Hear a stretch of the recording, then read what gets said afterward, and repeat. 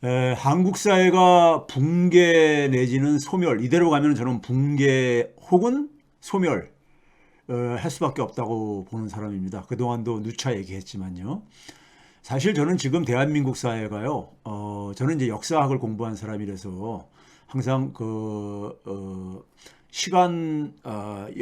시간을 과거 시대하고 이렇게 습관적으로 비교하는 게 좀 있는데요. 제가 말을 좀 더듬네요. 있는데 저는 왕조 말기 시대하고 굉장히 비슷한 것 같아요. 왕조 말기.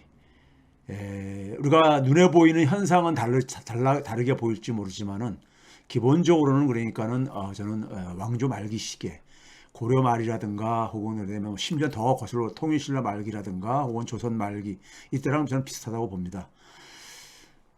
그래서 이제 오늘 이 문제를 그러니까 우리가 저는 기성세대로서 그다음에 선생으로서 자녀를 키우는 가장으로서 이 부분을 그러니까 저는 우리가 마지막 우리가 끈을 놓지 않고 이 문제를 그러니까 우리가 좀 다뤄야 된다고 생각합니다.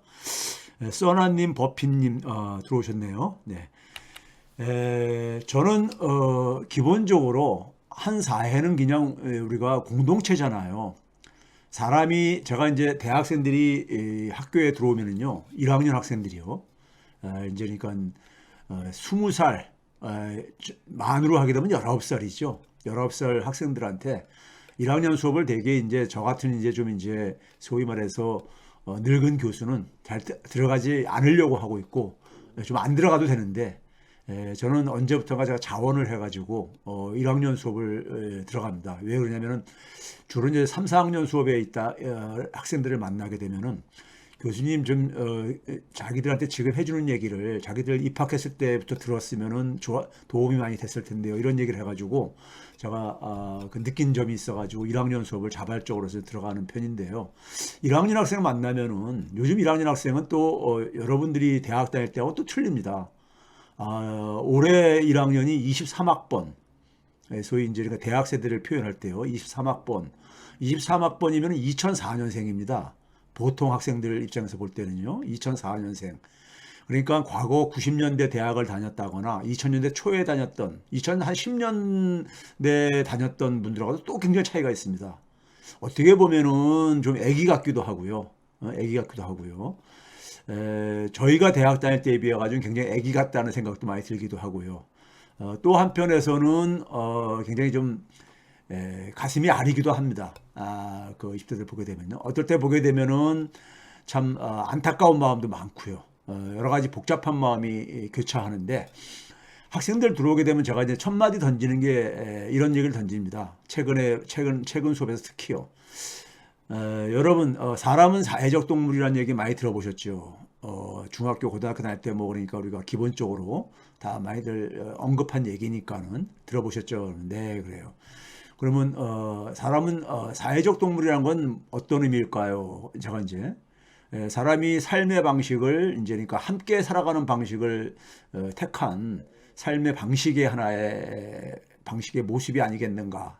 한 사회라는 것이 함께 살아가는 삶의 방식을 왜 선택했을까요? 이런 이제 2차 질문을 합니다. 함께 살아가는 삶을 왜 선택했을까요? 하면은 저는 사람의 이 욕망 중에서 가장 강한 욕망이요. 가장 강한 욕망은 뭐라고 생각하냐면요. 생존 욕망이죠.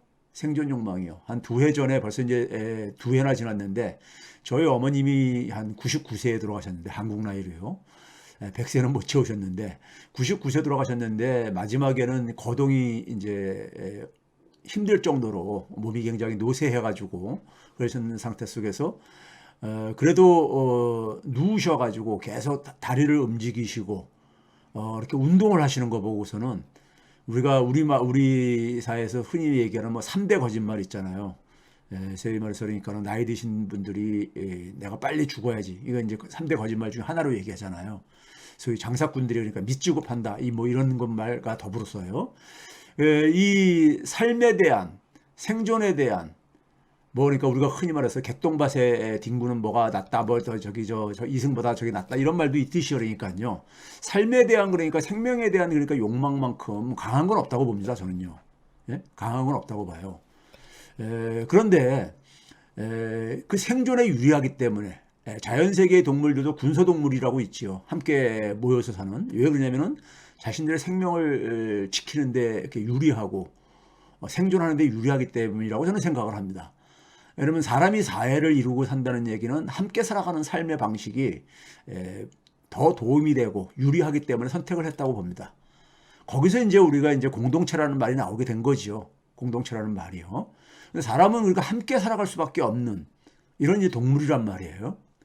동물이고 그 함께 살아가는 공간이 이 삶의 어떤 하나의 이 공간이 공동체인데 이 공동체가 저는 사실상 죽어가고 있거나 혹은 해체돼 가고 있다고 생각합니다. 많은 분들이 동의하실 거예요. 많은 분들이 동의하실 겁니다. 우리가 뭐 몇 가지 우리가 예를 들면요. 제가 뭐 여러 가지 통계 수치를 얘기할 수 있지만은 일요일 날 지금 이 점심에 여러분들에게 우울한 통계를 제가 여러분 제시하기보다는 여러분들이 많이 들었던 얘기들을 중심으로 제가 간다면은 빈부격차요. 진짜 심각합니다. 심합니다. 이따가 자료 보여드리겠지만은요. 그러다 보니까는 이제 우리가 노후 파산이라는 말이 몇 해 전부터 이렇게 유행을 하고 있잖아요. 소위 이제 그러니까 우리가 노인 빈곤율이 OECD에서 제일 높은 나라다 보니까 노후에 그러니까 조금 경제적인 충격이 있게 되면 파산으로 내몰리는 노후 파산이요. 그래서 오래 사는 것이 굉장히 고통스러운 삶이 돼버렸다는 것을 상징적으로 표현해주는 말 중에 하나이죠. 그 연장선에서 고독사가 이제 우리 사회에 이미 오래전부터 이미 그러니까 우리 사회를 상징 지우는 하나의 용어로 됐죠. 고독사라는 것은 기본적으로 고립이 된 거잖아요. 사회로부터 고립이 된 거잖아요. 그러니까 이분들한테 사회는 존재하지 않는 거죠. 사회는 존재하지 않는 겁니다. 사람이 사회적 동물이라고 하는데 사회가 존재하지 않는 사람들이 꽤 많습니다. 근데 여기다가 또 이제 최근에 보게 되면 청년 고독사가 굉장히 가죠. 청년 고독사가 하나의 그러니까 사회적인 현상으로서 부상한 지도 꽤 되고 있죠. 청년 고독사요. 20대. 그 청춘 그러니까는 굉장히 아름다운 나이대인 20대 때 청년들이 그러니까는 한 해에 그러니까 한 200여 명이 그러니까는 고독사로 생명을 그러니까는 우리가 불행한 이 일을 우리가 뉴스를 통해서 우리가 접하고 있고 그러죠.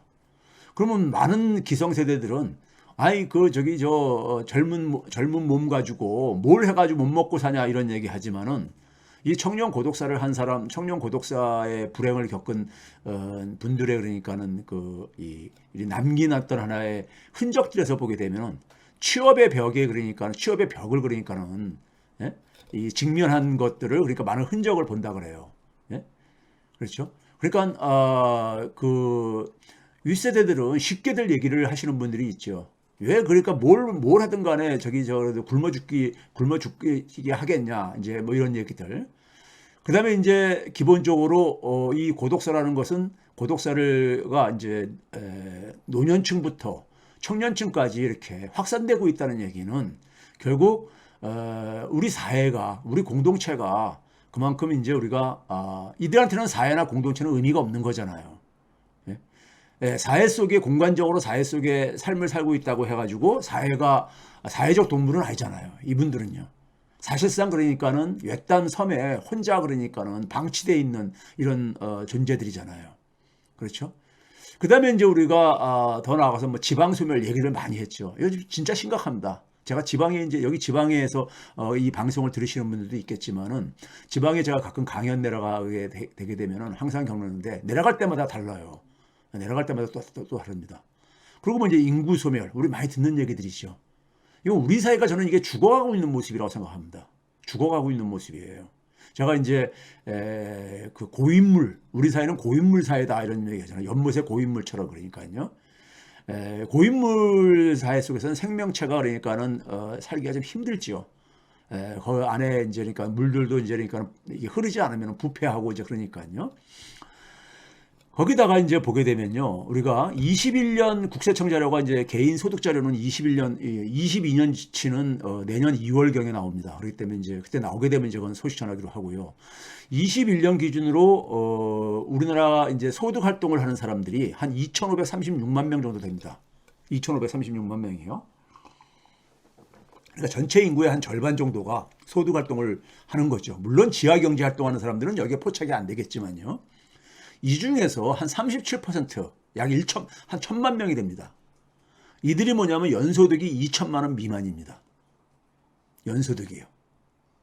2천만 원 미만이라는 얘기는 이들이 그러니까 사실상 그러니까는 이 최저임금 연소득보다 안 된다는 얘기인 겁니다. 10명 중 그러니까 4명 가까운 소득 활동자 중에서만요. 그리고 이중 절반, 이중 한 절반이요. 그러니까 한 560만 명, 절반 이상이 되는데 560만 명이 연소득이 1,000만 원 미만입니다. 1,000만 원 미만이에요.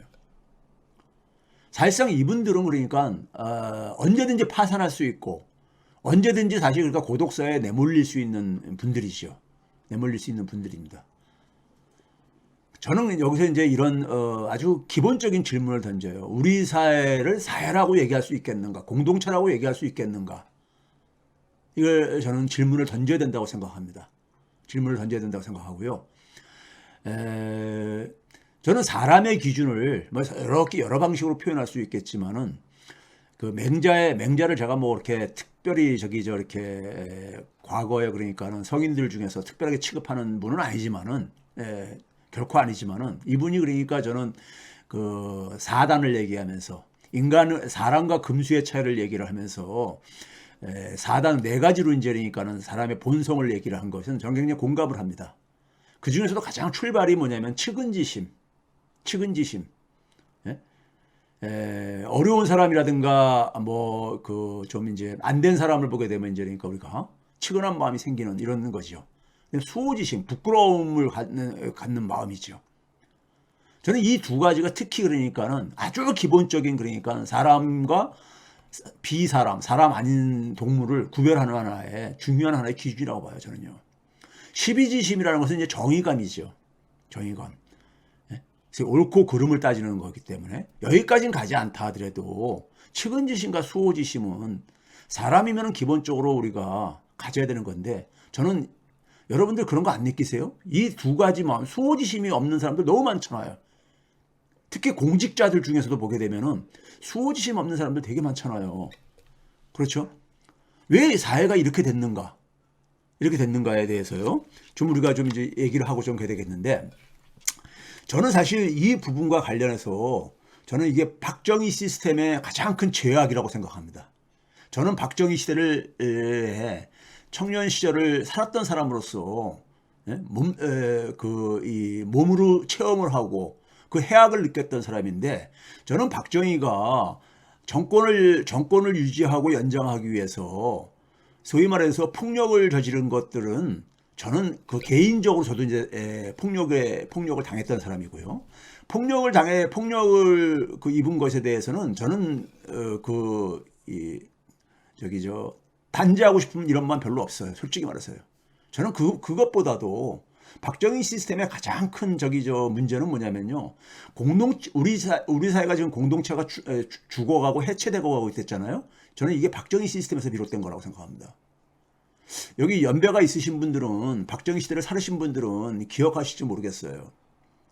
그런 거 아세요, 여러분들? 지금 우리 뭐 흔히 말해서 이런 얘기 많이 들으셨을 거예요. 대중가요 중에서 우리가 금지가요가 굉장히 많이 이렇게 선정되잖아요. 심지어 뭐 그러니까는 송창식의 고래 사냥 같은 경우도 하고 뭐 그러니까 소위 말해서 운동권 가요라고 하는 건 물론이고 본인들이 그러니까 왜 이게 금지곡이냐면 뭐 태폐적이다 해가지고 그하고 뭐 이런 거였는데 당시에 여러분들 저는 생생하게 기억하는 게 제가 아마 중고등학교 시절 같은데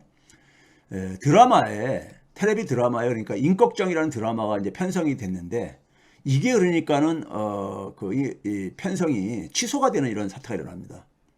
그러면 임꺽정 하게 되면 이제 그러니까 도적이지만은 의적이죠. 도적이면서도 동시에 의적이잖아요.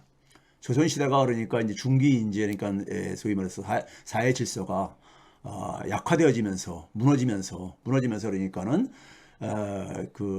소위 말해서 당시에 백성들이 굉장히 삶이 어려워지고 그러면서 임꺽정이라는 이제 그러니까 인물이 이제 그러니까 사실 뭐 소설 속에서 인물이지만은 임꺽정은 사실 의적이죠. 그런데 그런 것들이 그러니까는 당시에 상류층들 허위의식을 그러니까는 예? 이게 이제 그러니까 드러내야 된다고 해가지고 그걸 이제 금지시키는 거. 그리고 이제 제가 이제 주변에서 겪었던 것 중에 한 가지는 뭐냐면요. 저희들 이제 뭐 그러니까 70년대 말 정도 되게 되면 집단적으로 조직적으로 그러니까 대학생들이 시위하고 데모하는 것은 거의 사라져 버립니다.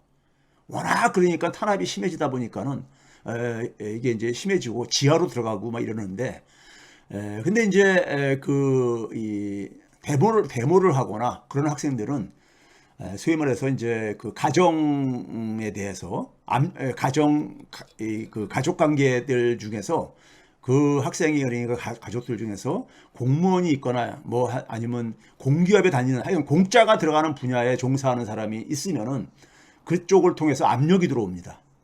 압력이 들어와요. 예? 그러면 이제 그러니까 당시만 하더라도 우리가 70대만 하더라도요. 사촌 관계는 굉장히 가까운 관계였었습니다. 요즘은 그러니까 사촌 간에도 그러니까는 왕래가 없어진 이런 시대에 우리가 살고 있지만은 많은 경우요. 그렇지만은 사촌 간이면 거의 그러니까 부모님 형제간이니까요. 부모님들이 형제간의 관계니까 굉장히 가까운 관계였었죠. 그래서 굉장히 부담을 갖게 해가지고 소위 말해서 이제 그러니까는 그 데모 이런 데 그러니까 낄 생각 하지도 못하게 이제 하면서 이렇게 됐는데 이제 그러면서 이제 뭐냐면은 탄압을 이제 그렇게 했죠. 탄압을 하면서 뭐냐면은 정권에 그러니까는 이 반대되는 행동을 그러니까 하지 못하도록 하지 못하도록. 그건 뭐 전두환 시절에도 계속 연장되지만은요. 박정희 시스템 때 사실 그게 체계화가 되지요. 체계화가 되고 심지어는 뭐냐면은 이제 그러니까는 그 이 유혹도 합니다. 유혹. 그러니까 당근과 채찍의 이 수단을 썼지요. 당근은 뭐냐면은 그러니까 이제 뭐 달래는 거죠. 그래서 뭐 유학도 보내줄게. 예? 그래가지고 실제로 그러니까는 유학 간 선배들도 있었고요. 갔다 와서 그러니까는 소위 말해서 기득권층으로 진입한 사람들도 꽤 있었습니다. 제 선배들 중에요. 근데 하여간 그런 삶 속에서 제가 이제 오늘 말씀드리고자 하는 것은 뭐냐면요. 사람들로 하여금 그러니까 권력이 그렇게 폭력을 휘둘러 가지고 사람들이 그러니까는 그런 정부에 대해서 반정부적인 그러니까는 언행을 하는 것을 못하게 하기 위해서 그러니까는 철저하게 그러니까는 감시와 그다음에 폭력을 휘둘렀을 뿐만 아니라 소위 말해서 그러니까는 그쪽을 쳐다보지도 못하게 했죠. 쳐다보지도 못하게 함으로써 그러면서 뭐냐면은 많은 사람들이 자기 자신과 자기 가족의 안위만을 생각하면서 삶을 살게 되는 이러한 사회를 만들게 됩니다. 70년대 말부터 제가 볼 때는요, 우리 사회가 굉장히 그러니까 아주 파편화되어지는 게 가속도가 붙었다고 저는 생각이 들거든요. 가속도가요. 그러니까 자기 자신과 자기 가족만을 그러니까는 가족을 중심으로 하는 삶을요. 제가 이제 이런 얘기 드리는 이유는 뭐냐면은 그게 이제 소위 말해서 공동체를 해체시키는 하나의 저는 중요한 하나의 그 출발점이 되었다고 보는 겁니다. 사회를 완전히 모래알처럼이요. 모래알처럼. 그래서 그런 거에 관심 갖게 되면은 별로 그러니까는 이 바람직하지 않다고 기성세대들은 자녀들한테도 그렇게 가르치고 그러면서 물론 그때만 하더라도 많은 분들은 그런 상황 속에서도 자신의 그러니까 안위보다는 사회 정의를 위해서 활동했던 아니면 투쟁했던 사람들에 대해서 미안한 감을 가지는 사람들도 많이 있었습니다. 속으로 미안한 마음을. 근데 그게 80년대 전두환 정권으로 또 다시 반복되어지고 그러면서 그런 분들이 그러니까는 현실에 그러니까 이렇게 소위 말해서 적응해가면서 우리 사회가 급속도로 파편화되어집니다. 개인만 생각하는 자기 가족만 생각하는 이런 삶이에요. 그러니까 그게 바로 제가 이제 주목하는 건 뭐냐면은 우리가 흔히 학문적으로 그걸 사회적 자본이라고 하는데요. 사회적 자본 하게 되면 우리가 흔히 협력, 유대, 연대 뭐 이런 것들을 얘기하거든요. 그 사회적 자본이 굉장히 경제 성장에 굉장히 중요한 역할을 한다는 것이 90년대부터 이제 되게 학계에서 되게 얘기가 되어졌던 건데 주로 그러니까는 이 민주주의가 발달한 사회들에서 그러니까는 그런 사회적 자본이 굉장히 그러니까 높다 이런 얘기를 하고 그랬었거든요. 근데 우리 사회적 자본이라는 이런 학문적인 용어를 떠나서 사회가 파편화되고 있어요. 사회가 해체가 되는 거죠. 사람이 사회적 동물이라 했는데 그냥 개인만 생각하는, 자기 자신만 생각하는 동물로 전락해버릴 거죠. 자기 자신만을 생각하는 동물로요. 그 결과가 90년대 이후에 그러니까는 사회 환경 변화, 국제 세계 환경 변화 속에서도 우리 아이들한테는 어떻게 이어졌느냐? 우리의 교육과 맞물려 가지고, 우리나라의 교육 방식과 맞물려 가지고 아주 치열한 경쟁에 그러니까 아이들을 내던져 버렸죠. 경쟁이에요. 그러니까 친구라는 것은, 학급 친구라는 것은 자기가 그러니까는 짓밟고 그러니까는 이겨야 되는 대상으로서, 그러니까요. 예? 함께 가는 대상이 아니라 짓밟고 앞서가야 되는 하나의 대상이고. 예? 저는 우리 집 막내한테 한때 그런 얘기 들었어요. 오래전이지만은 이제 고등학교 때 우리가 보게 되면요. 이제 엊그저께 이제 그러니까 우리가 수능고사가 있었잖아요. 수능시험 현장에서 우리가 수능고사장에 그러니까 휴대폰을 못 갖고 들어가게 돼 있잖아요. 근데 자기 고등학교 선배가 몰래 갖고 들어와서 팔다가 이렇게 감추고 있는 것을 재학생의 아이가, 같은 학교 재학생 후배 아이가 그걸 보고서는 신고를 한 거죠. 신고를 해가지고 그 학생은 퇴장당하고 시험도 못 보게 되고. 그러니까 저는 물론 그 학생이 잘못한 거죠. 예? 규칙을 안 지키고 하는 그 학생이 잘못한 거지만은 저희 때는 있잖아요. 그런 거 보더라도 그냥 그러는가 보다 하고서 이렇게 넘어갔는데, 요즘 학생들은 그렇게 하는 이유가 쟤도 하나의 경쟁 대상이라 이거죠. 뭐 선배라고는 하지만은 저는 이제 그런 모습이 이제 그러니까 제 눈에 보인다 이거죠. 그러니까 요즘 아이들이 굉장히 그러니까는 소위 말해서 이 경쟁에 그러니까는 아주 그냥 심각한 경쟁에 노출되어져 온 이유가 부모 세대의 그 파편화의 연장이라고 저는 봐요. 부모 세대의 파편화.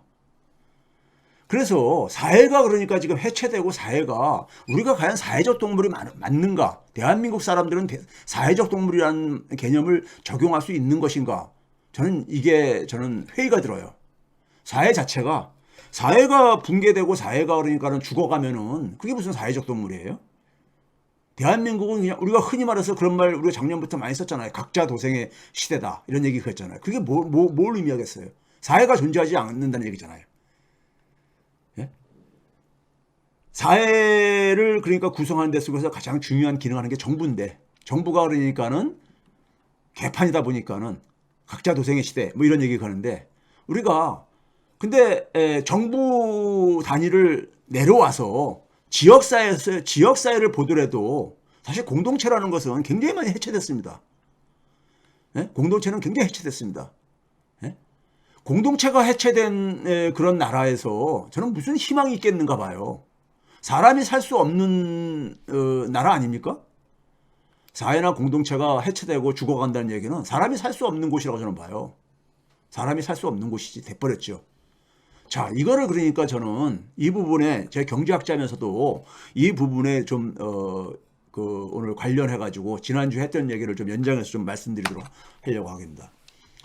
자, 우리 사회에 많은 분들은 좀 상대적으로 여유가 있는 분들은 그냥 뉴스거리로 보지만은 이 약탈적 고금리 자금에 시달리는, 그러니까 그러니까 15% 안팎에 고금리에 시달리는 분들이 수백만 명 됩니다. 여기에 관련되는 돈이 수백조 원이 되고요. 수백조 원이 됩니다. 그럼 잘들 아시는 얘기일 거예요. 카드사 현금 서비스라든가 카드론을 포함해서 대부업 대출, 그다음에 이금융권에 있는 저축은행 신용대출, 이런 것들이 다 15% 안팎이죠. 고금리들이죠. 이게 수백조 원이 돼요. 수백조 원이 되고 수백만 명이 이거를 이용을 합니다. 이 돈을 이용하는 순간, 소위 말해서 빚의 늪에서 빠져나오기 쉽지 않습니다. 여러분들 중에서도 개인적으로 아주 급전이 필요해가지고, 예? 현금 서비스 써보신 분들도 있고 그러시겠지만은 참 진짜 무섭지요. 무서운 것들입니다. 그렇죠? 대부업체만 무서운 게 아니라 저는 이게 정상사회가 아니라고 봐요. 정상 사회가 아니죠. 그렇죠? 자, 그 다음에 이거 제가 이제 보여드렸던 얘기지만 코로나 팬데믹 때요.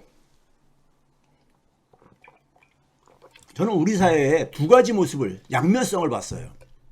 하나는 뭐냐면은 우리 코로나 바이러스를 그 재앙을 굉장히 모범적으로 극복한 나라로 우리가 불렸었잖아요. 그렇죠? 코로나 팬데믹 때요. 2020년도 1월 하순 때부터 그러니까 중국 우한에서 그러니까 입국하시는 분들이라든가 뭐 여기서 이제 들어오기 시작하면서 2월 달에 그러니까 대구 신천지를 중심으로 해가지고 확산되고 그러면서 굉장히 위기에 빠졌었잖아요.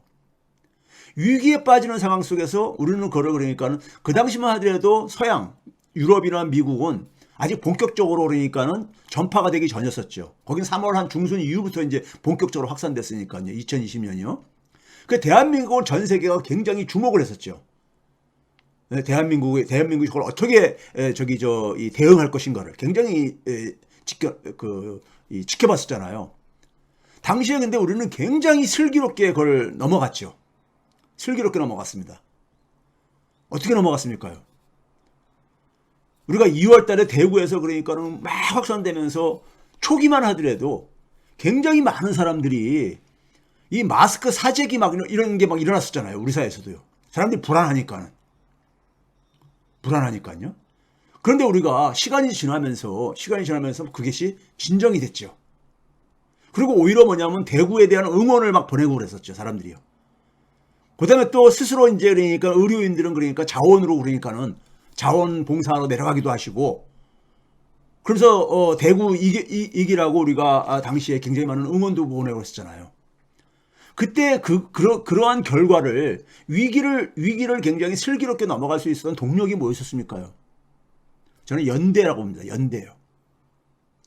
그 당시 그러니까 정부하고 의료진들의 헌신적인 그러니까는 이런 거라든가 그다음에 국민들의 그러니까는 하나된 마음들이 삼박자가 맞아가지고 정부는 그 당시에 뭐냐면 끝까지 함께 하겠다.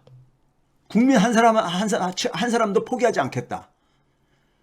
그 속에서 의료진들도 그러니까는 헌신적인 그러니까 노력을 해줬었고요. 의료인들이요. 국민들은 그러니까는 서로가 그러니까는 자제를 하면서 자발적으로 그러니까는 자발적인 협조와 참여를 통해 가지고 아주 한편의 드라마를 만들어냈었잖아요. 그렇죠? 그때 그렇게 했던 게 바로 뭐였었습니까요? 사회적 자본입니다. 공동체라는 건 뭡니까? 모든 사람이 함께 연결되어 있다는 것이, 연결되어 있다는 마음이거든요. 모든 사람은 하나로 다 연결되어 있다는 이러한 마음이라고 저는 생각해요. 그래야지만이 그 속에서 연대의 정신이 나오고 협력의 정신이 나오고 유대의 정신이 나오고 그러죠. 그렇죠? 상당히 어려운 국면으로 전개되어지면서 경제적인 어려움으로 좀 국한해서 얘기한다면요. 자영업자들이 직격탄을 맞게 되잖아요. 경제 생태계가 붕괴됐으니까요. 그래서 사회적 거리두기를 하면서 소비활동도 못하게 되고 그러다 보니까요. 근데 그 와중에 그런 상황 속에서 우리가 2년 동안에 경제적인 지표를, 상징적인 지표 하나를 본다면요. 당시에 2년 동안에 돈이 그러니까 한 700조 원이 풀렸습니다. 우리만 이렇게 푼 게 아니라 전 세계가 돈을 풀었죠. 이게 깐나내기까지 포함해서 1인당 한 1,300만 원이 넘는 돈입니다. 제가 그래서 강연이나 이런 거 할 때 여기서도 이 방송에서도 여러 번 얘기했죠. 이 2년 동안에 그 이전보다도 자기 주머니로 거쳐간 돈이 1,300만 원 이상이 안 되면 평균 국민 취급을 못 받은 거다. 이런 얘기 했었는데 많은 분들이 1,300만 원커녕은 오히려 줄어들었다. 이런 느낌을 받았잖아요. 그 당시에 풀린 돈의 한 20% 정도만 땀 흘려 일하는 곳으로 들어가고 나머지 돈은 다 자산시장으로 왔습니다. 자산시장으로요. 그러니까 소득은 그러니까 땀 흘려서 만들어내는 소득, 가치를 창출하는 활동이잖아요. 경제활동이잖아요. 소득이라는 것은요. 한 100조 원 증가했는데 자산은 3,240조 원 정도가 증가했습니다. 네? 특히 부동산 자산 중심으로요. 가계만을 보더라도 오른쪽에 보게 되면요. 가계만을 보더라도 가계의 소득은 한 75조 증가하는데 가계의 자산은 그러니까 2250조 원이 넘게 증가했습니다. 가구당 평균 1억 원이 넘는 자산이 증가한 거예요. 우리나라 가구당 평균. 근데 이 당시에 자산이 1억 원이 증가? 1억 원 증가는커녕 빚더미에 앉은 사람도 굉장히 많았었잖아요. 그렇죠? 그럼 이거는 결국은 우리가 이거하고 저는 가장 그러니까 우리가 이것을 쉽게 우리가 이해할 수 있는 것이 무엇이냐면요. 전국민 재난지원금이었습니다. 전국민 재난지원금이요. 제가 2020년 3월 말과 3월 말에 소위 청와대에 들어가 있는 소위 말해서 어공들하고 엄청 싸맸어요. 싸맸습니다.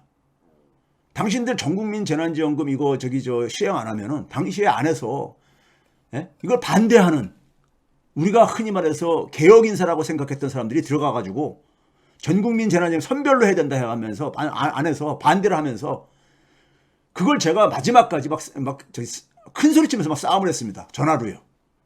전국민 안 주게 되면은 4월 총선 진다.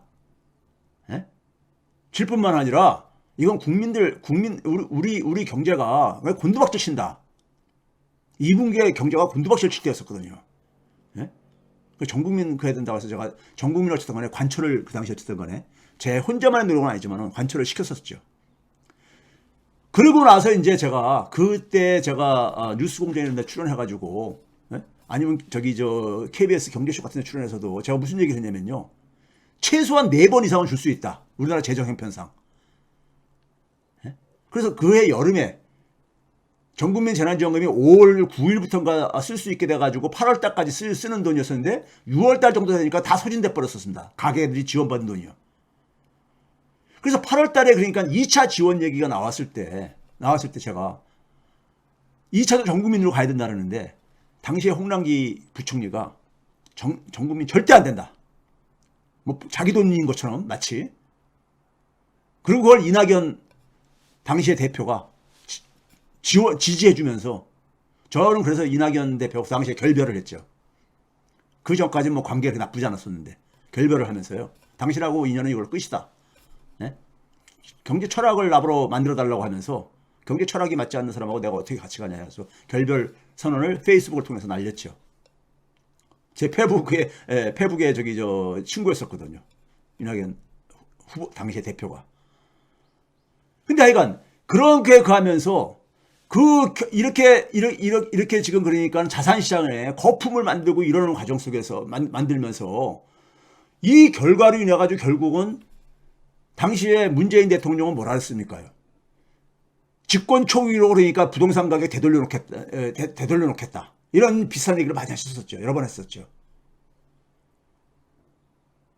근데 우리 사회 속에서 집이 없는 사람이 이 당시에 돈이 아무리 풀려가지고 부동산 가격이 올라가는 게 우리나라만의 현상은 아니었었지만은 그럼에도 불구하고 집이 없는 무주택자 한 50%는 이 부동산 자산의 폭등에 의해서 엄청난 경제적인 그러니까 우리가 손실을 입은 사람들이잖아요.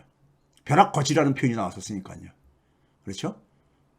이게 정치가 그러니까는 코로나 팬데믹은 상당히 슬기롭게 극복하는데 정부가 굉장히 긍정적인 역할을 한 반면에 그러니까 대내적인 그러니까 우리 사회 내부에 그러니까는 소위 말해서 경제적인 어려움이 확산되는 이런 상황 속에서 정부는 존재하지 않았죠. 이 당시에 저는 정부는 존재하지 않았다고 봅니다. 경제적으로는요. 존재하지 않았었습니다.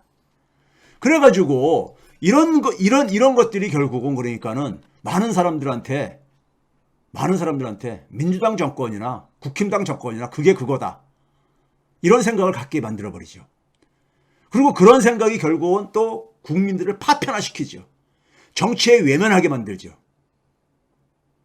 그래가지고 그 결과로 그러니까는 대한민국 20세기에 가장 최악의 그러니까는 극우 파시스트 정권을 그러니까는 탄생시키게 된 거 아닙니까? 그렇죠? 자, 거기다가요. 지금 그 연장선에서 대한민국은 지금 산업 체계 자체가 체계가 기존 산업은 무너져 가고 있고요. 새로운 산업은 부상하지가 않고 있습니다. 제가 산업정책은 굉장히 오랫동안 연구한 사람입니다. 그래서 자신 있게 얘기할 수 있는데 대한민국은 우리가 산업화에서 뒤처진 것뿐만 아니라 지금 4차 산업혁명 시대에는 더 지쳐 있습니다. 더 뒤처져 있어요. 산업이라는 것은 사람들의 먹고 사는 문제를 해결하는 하나의 이 일입니다. 네? 그러니까 미래가 안 보이는 거죠. 부동산 시장 붕괴의 시각이 이미 저는 찰칵찰칵 돌아가고 있다고 보고 있습니다. 거기다가 뒤에서 얘기하겠지만은 우리나라 최근에 환율 널뛰기 하는 거 봐보세요. 해외에서 조금만 충격이 오게 되면은 급격하게 그러니까는 무너지는 모습을 보이는 나라입니다. 이거 아직 본 게임이 아직 저는 제대로 시작도 안 했다고 봅니다. 해외에서 태풍과 해일이 몰려올 때 우리가 외환위기도 그랬고 글로벌 금융위 때도 그렇고 외풍이잖아요. 외풍에 굉장히 취약한 나라예요. 네? 이거 피할 수 있는가? 저는 지금 상황으로 한다면 없다고 봅니다. 부동산 시장 붕괴 대책 지금 현재는 없다고 봅니다. 그럼 이렇게 위기가 대한민국이 위기에 몰릴 때마다 항상 따라붙는 게 있죠. 일본의 조롱입니다. 일본의 조롱이에요. 대한민국이 내부에서 병 들어갈 때마다 일본은 항상 삐죽삐죽 튀어나오죠. 멀리는 그러니까 임진왜란 때부터 해가지고 가까이는 그러니까 우리가 뭐 최근에도 마찬가지고 최근에 일본 내부에서 한국은 끝났다. 피크 코리아론 이런 게 확산다 그러면서 조롱을 하고 있죠. 한국은 끝났다 이거예요. 네? 여기에 대해서 우리 사회의 소위 말해서 많은 지배층들은 일본에 대해서 굉장히 그러니까 오히려 지나치게 비굴할 정도로 굴종적인 모습을 지금 보이고 있고요. 그렇죠? 나라가 그러니까 사람들이 20세기 초 대한제국 말기 같다 이런 얘기 하는 게 그 충분한 근거가 있는 얘기죠. 자, 대한민국이 왜 이렇게 사회가 죽어가고 있는가? 사회가 죽어가고 있는가? 공동체가 왜 해체돼 가고 있는가? 이거는요, 제가 여러 번 보여드렸지만 경제학자가 볼 때는요, 간단한 얘기입니다. 경제학자가 볼 때는 간단한 얘기예요. 근대 사회는요, 근대 사회를 이해하는 데 속에서는 이 그림 하나면 딱 이해할 수 있어요. 이 그림 하나면요. 사람은 사회적 동물이죠. 그 얘기는 뭐냐면은 사람의 모든 그 선택들은 사회적 선택이라는 얘기인 겁니다. 사회적 행동이라는 얘기인 겁니다. 예? 즉 인간하고 다른 동물하고 차이가 인간은 스스로 필요한 걸 만들 수 있는 능력, 이른바 생산이라고 하는 것을 생산활동을 하죠. 근데 그 생산의 결과가 생산물이 사회적 생산물이라는 얘기죠. 그리고 화폐를 사용하게 됐습니다. 근대사회는. 그러다 보니까 이것이 화폐적인 표현으로 사회적 생산액이라고 하죠. 이게 바로 GDP입니다. GDP가 별게 아니라요. GDP가 이거죠. 사회적 생산액이죠. 개인의 생산액이 아니라 사회적 생산액입니다. 한 사회가 함께 만들어낸 생산액이 GDP죠. 이걸 만드는 거 함께 만들어낸 거예요. 함께 만들어내다 보니까는 이건 이제 배분하는 게 중요하잖아요. 배분은 두 가지 방식으로 이루어집니다. 두 가지 방식으로요. 우리 개인적으로 월급 받으면은, 급여를 받게 되면은, 세금하고 4대 보험료 같은 거 다 떼고 내 주머니에 들어오죠. 그렇죠? 그러니까 그 떼어가는 것이 바로 뭡니까? 그게 사회 몫이죠. 사회 몫이죠. 그리고 나머지는 그러니까 개인 몫으로 우리가 받는데 그건 개인이 얼마나 기여했냐에 따라서 결정되어지는 것이죠. 이 개인 몫은 시장 원리에 따라서 결정되지죠. 사회 몫은 그런데 이건 정치 영역이죠. 이 결정하는 것은 정치 공간에서 결정하는 거잖아요. 사회 몫은요. 세금을 얼마나 거둘 것이냐, 그 거둔 세금을 어디다 쓸 것이냐 하는 것들은 다 정치 영역의 문제인 거죠. 여긴 민주주의 원리가 작동을 하죠. 근대 사회 속에서는요. 적어도 근대 사회 속에서는요. 제가 여러분들 일부 저한테 참 무지하다기보다는 진짜 무식한 분들이 저한테 지난번에 어떤 댓글에 계급주의 사고를 가지고 있다고 한다거나, 예? 저보다 좌파라고 생각하는 사람들 보면요, 진짜 딱해, 진짜 무식하신 분들이야. 지금 제가 평상시에 이런 얘기합니다. 여러분들이 자본주의를 그렇게 사랑한다면은, 민주주의에 대해서 철저한 신념을 가져야지만 자본주의자가 될 수 있다. 그런 얘기를 해요. 즉 시장하고 민주주의는 뗄래야 뗄 수 없는 관계예요. 근대 사회 속에서는요. 자본주의 사회 속에서는요. 영국 애들이 19세기를 영국의 시대로 만든 이유가 기가 막힌 그러니까 하나의 사회 질서를 만들어낸 거예요. 이 경제와 정치, 이 사회 운영을 시장과 민주주의라는 두 가지 추구를 창조해낸 겁니다. 창조해낸 거예요. 예? 이거 대단한 사회 혁신입니다. 사회 혁신이에요.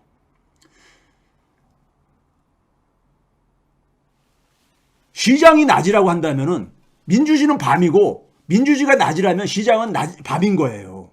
근데 낮이나 밤이 없이 낮만 존재하는 세상 상상할 수 있습니까? 밤만 존재하는 세상 상상할 수 있냐고요? 없잖아요. 세상에 그러니까 밤이 없고 낮만 24시간 되면은 낮이라는 말 자체가 존재하지 않습니다. 낮은 밤을 전제로 해서 존재하는 용어잖아요. 마찬가지입니다. 시장이라는 것은 민주주의가 없으면 존재할 수가 없어요. 왜 그러냐면요. 제가 늘 그러잖아요. 시장은 철저하게 돈이 지배하는 곳입니다. 돈의 힘이 지배하는 곳이에요. 그렇잖아요. 제가 원래 학생들한테 시장은 결코 공정한 세계가 아니다. 돈이 많은 사람이 유리한 게임을 할 수 있는 곳이고 돈이 많은 사람이 돈을 많이 벌 수 있는 이 게임의 법칙이 작동하는 곳이 시장이다. 실제로 그렇잖아요. 그렇죠? 제가 흔히 학생들한테 쉽게 들은 얘기가 여러분들 은행의 돈을 나하고 여러분들하고 누가 이용할 수 있느냐. 삼성전자하고 중소기업하고 누가 더 그러니까 은행 돈을 이용할 수 있느냐. 쉽게 싸게. 시장은 돈의 힘이 지배하는 곳입니다. 그러니까 시장만 있게 되면 어떻게 되느냐면요. 인간 사회는 동물 세계보다 더 야만적인 사회가 됩니다. 필연적으로요. 돈이 지배하니까요. 돈의 힘이 지배하는 세상이 돼버리니까요. 그러면 그 사회는 공동체가 파괴돼 버립니다. 공동체는 그러니까는 지속이 불가능하죠. 그런 사회 속에서 누가 함께 살고 싶겠어요? 그렇죠? 그 시장만 있으면 시장 자체가 붕괴돼 버립니다. 시장은 민주주의가 있을 때 그러니까 시장은 제대로 자기가 빛을 발휘할 수 있는 거예요. 민주주의도 마찬가지입니다. 양자는 그러니까 어떻게 보게 되면은 남자와 여자처럼 그런 관계입니다. 낮과 밤의 관계가 비슷해요. 시장과 민주주의는요. 그러면 이렇게 사회 몫을 띄어낸 건 왜 띄어낸 겁니까요? 시장에다 맡겨가지고는 철저하게 불평등한 사회가 된다 이거예요. 공동체가 유지될 수 없을 정도로. 예?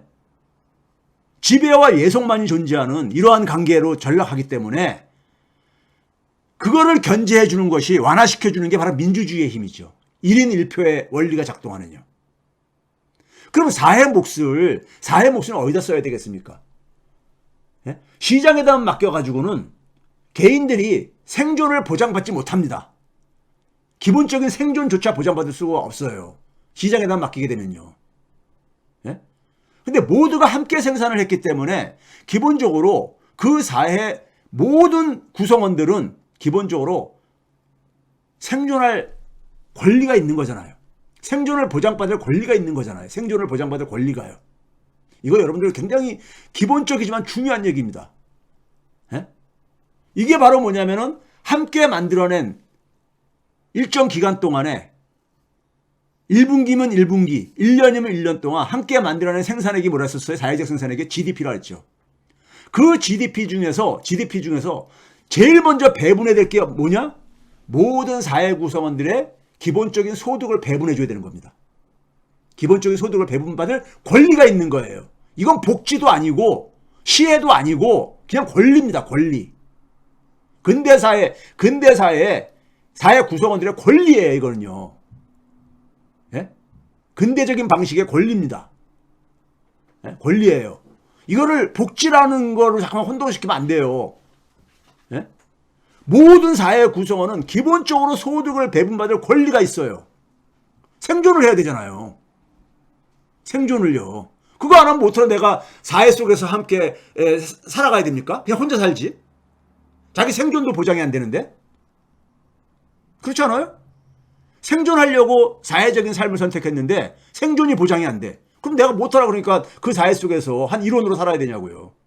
의미가 없잖아요. 그렇죠? 그리고 제가 뭐라 했었어요. 근대 사회가 기 이전의 사회하고 차이 중에 하나가 뭐냐면 폭발적인 그러니까는 경제 성장을 만들어냈잖아요. 경제력의 팽창을 만들어냈잖아요. 전통시대는요,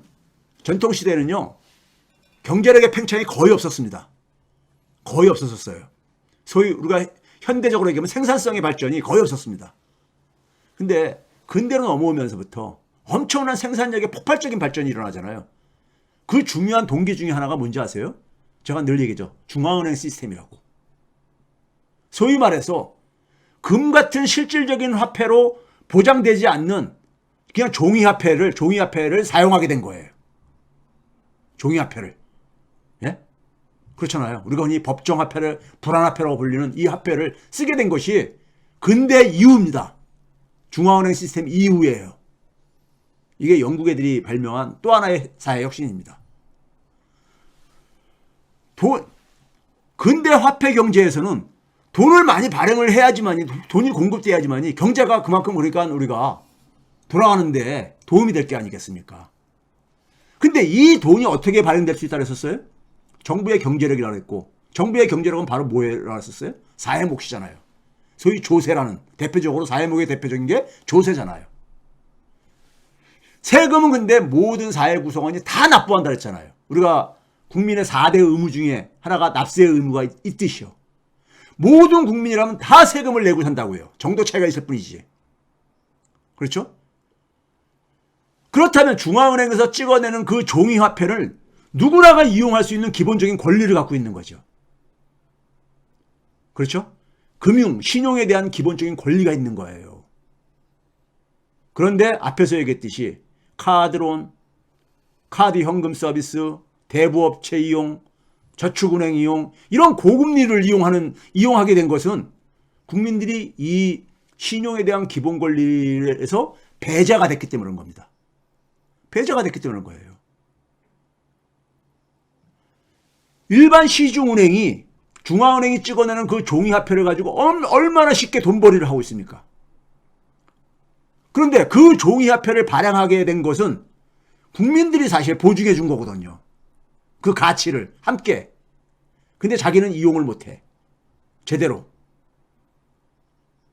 이게 얼마나 불공정한 거예요. 잘못된 겁니까? 그렇지 않아요? 그래서 제가 지난주에 기재부를 공공금융부로 바꿔야 된다 하는 이유가 정부의 이런 것들을 맡아서 하는 부서가 기재부거든요. 근데 기재부는 지금 민간 금융이나 민간의 재벌 자본들을 위해서 복무를 하고 있죠. 그 모피아 집단들은. 거기다 또 한 가지가 뭐냐면요. 이 당시부터 영국이 뭐냐면 소위 유한 책임 회사를 도입합니다. 이 영란은행, 중앙은행한테다가 유한 책임의 특혜를 부여합니다. 이 유한 책임에 대해서 익숙하지 않은 분들도 있을 텐데 쉽게 제가 하나 예를 들어 볼게요. 어떤 분이 자영업을 해요. 개인 사업을 해요. 개인 사업을 하면서 자기가 은행에서 돈을 2억 원을 대출받아가지고 사업을 했어요. 근데 불행하게도 사업이 문 닫게 됐어요. 그럼 은행에서 대출금이 2억 원이 그러니까는 없어집니까? 아니죠. 계속해서 그 2억 원은 어찌됐든 간에 죽을 때까지 갚아야 되는 거잖아요. 그런데 우리가 많은 기업들, 소위 법인채로 되어 있는 기업들은 예를 들어 삼성전자가 은행에서도 많이 대출을 받을 게 아닙니까? 삼성전자가 채권도 발행해가지고 많이 자금을 조달할 게 아닙니까? 근데 삼성전자의 주인은 누구죠? 주주들이잖아요. 주식을 갖고 있는 주주들이요. 삼성전자가 사업을 하다가 문 닫게 생겼어요. 예를 들어서요. 그러면 그 주주들이 그 채권을 사가지고 돈을 빌려준 채권자들이라든가 돈을 빌려준 은행들한테 그 채무에 대해서 의무가 있습니까? 없잖아요. 왜 그렇습니까? 주주하고 삼성전자라는 법인차고 분리시켰기 때문에 그렇습니다. 그건 삼성전자라는 법인의 책임이다 이렇게 본 거죠. 뭐 이렇게 하는 거죠. 즉 사업을 하는 사람들한테 사업을 하는 사람들한테 상당히 사업을 하는 사람들은 투자에 따른 리스크를 항상 전제로 할 수밖에 없잖아요. 모든 사업이 성공하는 게 아니니까요. 이거 여러분 중요한 얘기입니다. 그런데 그 리스크를 그러니까는 리스크가 많으면은 주저하게 되잖아요. 근데 리스크 중에 중요한 부분을 그러니까는 제거해 준 거예요. 제거해 준 겁니다. 유한 책임회사의 이 제도를 도입하는 거는요. 리스크를 줄여주니까 그만큼 뭐냐면은 소위 모험적인 투자가 많이 일어나죠. 과감한 투자가. 그게 영국의 산업혁명을 가능하게 했던 요인입니다. 예? 개인 사업하는 사람한테는 법인이 가지고 있는 특혜를 못 누리잖아요. 그렇죠? 자, 이렇게 해가지고 근대 사회가 발전해 온 거예요. 근데 우리 사회 지금 현재를 보게 되면은 우리 사회 구성원들이 얼마나 그러니까는 권리를 제대로 못 누리고 있는가를 그러니까 보이지 않으세요? 보이지 않느냐고요. 이게 바로 뭐냐면은 우리 사회가 해체되고 죽어가는 이유인 겁니다. 문재인 정권이 바로 이 부분에서 제가 늘 얘기하잖아요. 대외적으로 그러니까 남이 함부로 할 수 없는 나라를 만들었는데 국민이 진짜 주인인 나라는 못 만들었다. 모피한테 놀아나고 모피한테 휘둘리면서 냈다 이렇게 얘기를 하잖아요. 예? 그런데 이런 상황 이게 지금 우리는 지금 18세기에 유럽 애들이 만든 그것조차도 그러니까 우리 그 사회의 기본적인 사회 원리조차도 우리 사회는 작동이 안 되고 있는 거예요. 그러니까 급속도로 파편화되어지죠. 사회나 공동체가 존재하지 않을 수밖에 없게 돼버리죠. 그 이유입니다.